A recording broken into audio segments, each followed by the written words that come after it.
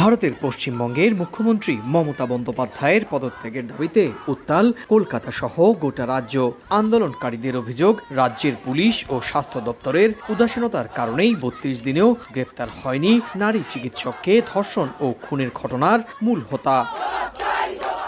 মঙ্গলবার দুপুর থেকেই রাজ্যের স্বাস্থ্য ভবনের সামনে প্রতিবাদে সামিল হন কয়েক হাজার জুনিয়র চিকিৎসক। এর আগে তারা বিক্ষোভ মিছিলও করেন। ৫ দফা দাবি পূরণ না হলে মুখ্যমন্ত্রীর কার্যালয় নবান্ন অভিমুখে পদযাত্রার হুঁশিয়ারিও তাদের কণ্ঠে।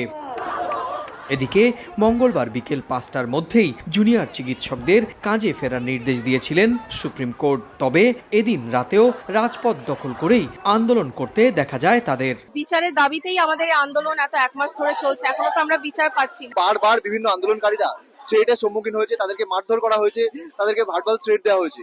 আমরা চাই এর অবিলম্বে বন্ধ হোক। আমাদের যতদিন না বিচার হচ্ছে আমরা এই আন্দোলন চালিয়ে যেতে চাই। আমাদের যতক্ষণ না ন্যায্য দাবিগুলো পূর্ণ হচ্ছে আমরা ততক্ষণ আমাদের এই অভিযান থেকে সরবো না, আমাদের এই অবস্থান থেকে সরবো না।